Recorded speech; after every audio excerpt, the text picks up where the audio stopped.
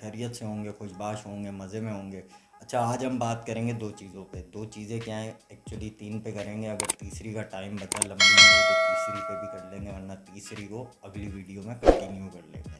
अच्छा, पहली बात ये है कि हम बात करेंगे ईवो पे, जो कि हमने पार्ट 1 में बोला था कि ईवो की कॉस्ट, शिपिंग का तरीका, ये सब चीज़ें हम पार्ट 2 में बताएंगे, तो वो मैं आज आपको बताऊंगा। दूसरी, जो ये रेसेस हुई हैं अभी रिसेंटली, इस पे काफ़ी लोगों के इनबॉक्स आए थे कि इसके बारे में कोई डिटेल में बात करें या कुछ करें, तो वो करेंगे। तीसरी कि हमने जो स्टॉक गाड़ियां हैं, जैसे कि वेट्स हो गई, करोला हो गई, सिविक हो गई, नॉर्मल जो स्टॉक गाड़ियां होती हैं, उसमें एक पिकी पैक हमने ढूंढा है, दरियाफ्त किया है और उसकी एक्सपेरिमेंट किए हैं जो कि कामयाब हो गए। 1NZ FE इंजन, जिस इंजन पे धमाके नामुमकिन थे पाकिस्तान में, तो उस इंजन पे हमने यहाँ पे मलेशिया में धमाके निकाल के चेक किए हैं और निकले हैं, प्रॉपर चल रहा है, काम कर रहा है, तो उसके बारे में भी बात करेंगे। अच्छा, सबसे पहले हम बात करते हैं रेसेस के ऊपर, जो अभी रिसेंटली हुई है, GTR वर्सेस ईवो।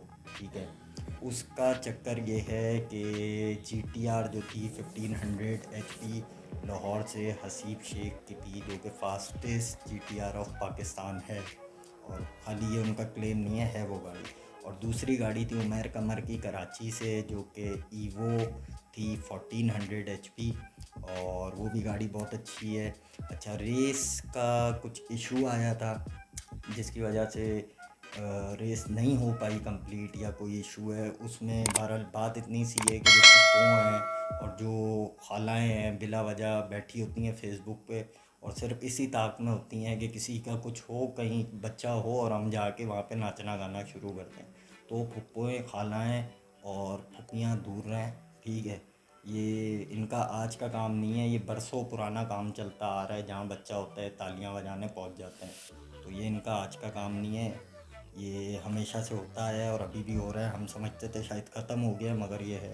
क्योंकि मैंने बहुत सी जगहों पे ऐसे कैप्शंस देखे और ऐसे कमेंट देखे कि वो कोई चाहता ही नहीं है मोटर स्पोर्ट को प्रमोट करना, बस उसको एक फड्डे का मरकज़ बनाना, और किसी तरह से फड्डा हो जाए और कुछ हो जाए। तो वो तो अक्लमंद हैं, बड़े जो जितने भी सीनियर कम्युनिटी के बंदे हैं वो नहीं करते इन चीज़ों पे गौर। बहरहाल, और दूसरी रेस जो वो RN motor sport, red line motor sport की, वकास की K20 ऑल व्हील जो है उसकी H2 के साथ हुई है, वो भी बहुत अच्छी रेस थी। और सुनने में ये आया है कि वो प्रॉपर नहीं हो पाई वो भी रेस, मगर एक अच्छा हमने देखा भाई, जो भी था वो बहुत अच्छा था। अच्छा, अब हम बात करते हैं ईवो की कन्वर्जन पे, जो मेन बात है। तो बहरहाल बोला, आप लोगों ने बता दिया है सारा सीन। ईवो की कन्वर्जन का ये सीन है भाई कि आपको सबसे पहले ईवो किसी भी कंट्री में आप एक ऑक्शन से ईवो को ख़रीद लें। ठीक है, ईवो ख़रीदने के बाद आप अपने मुल्क में एक लांसर या सीडिया ले लें, और जो कि आपकी कन्वर्जन में काम आए। अब खाली पाकिस्तान ऐसा मुल्क नहीं है जहाँ पे आप स्पोर्ट्स कार महंगी होती जा रही हैं, कुछ ऐसा होता जा रहा है भाई। काफ़ी दुनिया के ऐसे मुल्क हैं जहाँ पे स्पोर्ट्स कारों के पैसे ऊपर जा रहे हैं, उसमें से एक मलेशिया भी है। यहाँ पे भी अभी रिसेंटली एक ईवो कन्वर्ट की है। ठीक है, ग्रीन कलर में। वो ग्रीन कलर क्यों है, जो अक्लमंद लोग हैं वो समझ गए होंगे। अच्छा, तो ये जो है लांसर पे हुई है, जो ईवो पार्ट 1 में दिखाई थी वो सीडिया पे हुई थी। और ये ईवो 9 MR तैयार की है, इसमें आधे से ज़्यादा पार्ट्स कार्बन फाइबर के डाले हैं ओरिजिनल। आप डिस्क्रिप्शन में जाएं, स्पीड चेजर्स के पेज का लिंक निकालें और उस पेज पे जाएं, फेसबुक पेज पे स्पीड चेजर्स के, और वहाँ पे आपको इसकी पूरी डिटेल वीडियो मिल जाएगी, उसको आप देख सकते हैं कि कैसी तैयार होगी। अच्छा, ईवो कन्वर्ट करने के लिए आजकल के दौर के हिसाब से आपके पास कम से कम, मेरे हिसाब से, एक नॉर्मल ईवो 7-8 तैयार करने के लिए, अगर आपके पास गाड़ी है, आप उस गाड़ी को हटा के, मैं अभी बात कर रहा हूँ, तो मेरे हिसाब से 13 से 14 हज़ार US डॉलर चाहिए होते हैं, जो कि सिर्फ़ और सिर्फ उसमें आप आजकल गाड़ी ख़रीद सकते हो, एक अच्छी गाड़ी ईवो 7 या 8, और ख़रीद के उसको अपने मुल्क as a part, as a cut की सूरत में या पार्ट्स की सूरत में इम्पोर्ट करा सकते हो। उसको इंपोर्ट कराने के बाद आपने जो गाड़ी ली है उसके अंदर उसको पूरा उसका सामान डाल के उसकी कन्वर्जन करके उसका पूरा सामान खुलेगा, क्योंकि पूरी ही काम आती है। ऐसा नहीं है कि आप खाली इंजन और बॉडी किट लेके डाल दें और वो चल जाए, ऐसा नहीं हो सकता। पूरी गाड़ी चाहिए होती है। पूरी गाड़ी के लिए आपको उसकी पिछली धड़ी भी चाहिए, अगली धड़ी भी चाहिए, इंजन भी चाहिए, दरवाजे, छत, बोनट, फेंडर, डिक्की, पिछली लाइटें, अगली लाइटें, इंटीरियर, सब सामान चाहिए पूरा टोटल। सीटें वीटें, क्योंकि सब चीज़ें चेंज होती हैं, सारी मुख्तलिफ होती हैं एक चेचिस के अलावा, तो वो सब आपको इंपोर्ट कराना पड़ता है। और बैक फ्रेम तो लाजमी होता है, क्योंकि इसका सादी लांसर आपको पता है फ्रंट व्हील होती है, ये ऑल व्हील होती है, तो उसके लिए पिछला सामान तो बहुत चाहिए है।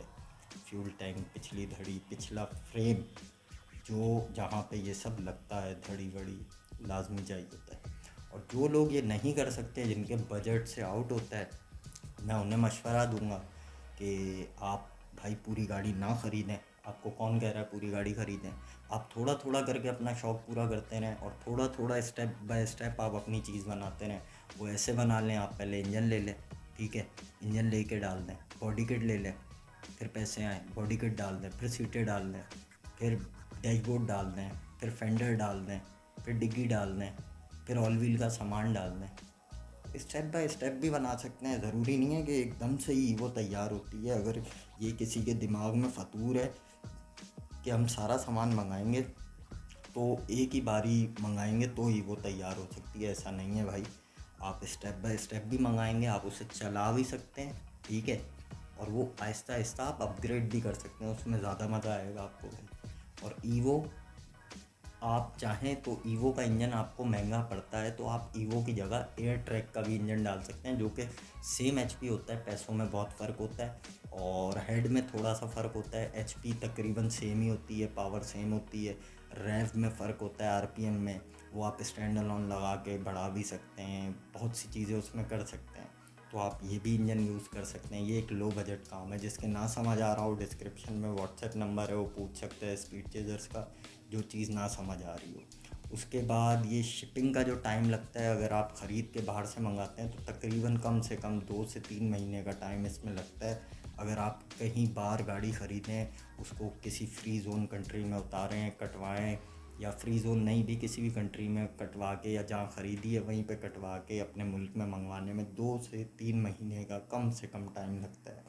उसके बाद तैयार होने में भी 2-3 महीने लग जाते हैं तकरीबन। और ये मेरे हिसाब से कोई आजकल अगर आप कन्वर्ट करके रेडी करो तो मेरे हिसाब से कोई 14 से 15 हज़ार $US टोटल खर्च होते हैं कम से कम, जहाँ तक मेरा अंदाज़ा है।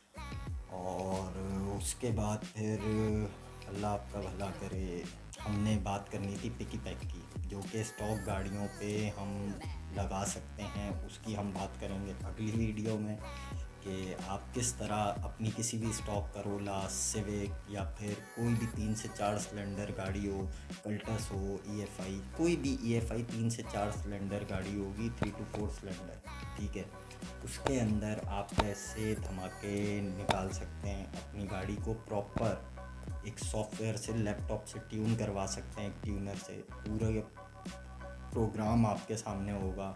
आप अपना पूरा एक ट्यूनिंग सेट करा सकते हैं। आपके पास 2 मैप्स होंगे स्विच के ऊपर, पहला मैप आपका रेस का होगा, दूसरा आपका नॉर्मल होगा। तो मतलब एक पिकी पैक हमने दरियाफ्त किया है, ढूंढा है, जिस पर हमने एक्सपेरिमेंट भी कर दिया है। एक इंजन पे 1NZ FE, जो कि बहुत कॉमन इंजन है, पाकिस्तान में करोलगांव में आता है और विड्स में आता है। तो उस पर हमने एक्सपेरिमेंट किया जो कि कामयाब हुआ। इसके बारे में डिटेल में हम बात करेंगे अगली वीडियो में और आपको बताएंगे किस तरह आप एक स्टॉक गाड़ी में से धमाके निकाल सकते हैं, लॉन्च कंट्रोल, ड्राइव अपनी मर्ज़ी के मुताबिक, और कैसे ट्यून कर सकते हैं।